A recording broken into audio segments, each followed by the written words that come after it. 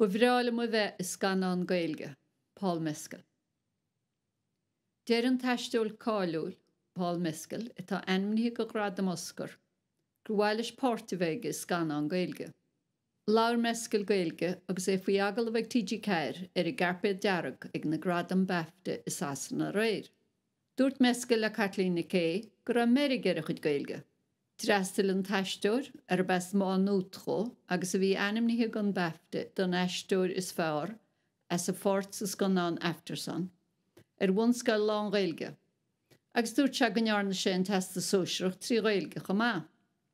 Bhí ardhil ag Mescal gon scanán an Cailín Ciún, an chéad scanán gailge a fuair ainmnachán oscar. Bhfuil se go háirithe stúr a thóir ag scríbnóir an scanán sin, colm buréad. Bhí an Cailín Ciún ainmní go gá bhefte réir. Ceann gon scanán is fearr I deang go seachas a béirla, agus ceann gon script scanán is ár a eistríomh ó híor eile. Bei sé san nómaíocht ag na gradam oscar an bhí se chuin. Nuair a curú ceistir fáil Mescal ar bhíon leis eisteúireachta dhéanana is scanán gailge a héin. Ní réon ebris ar ach go meach. Ó dhé, dúirt sé. Deir le a ben síos a bhaine siar.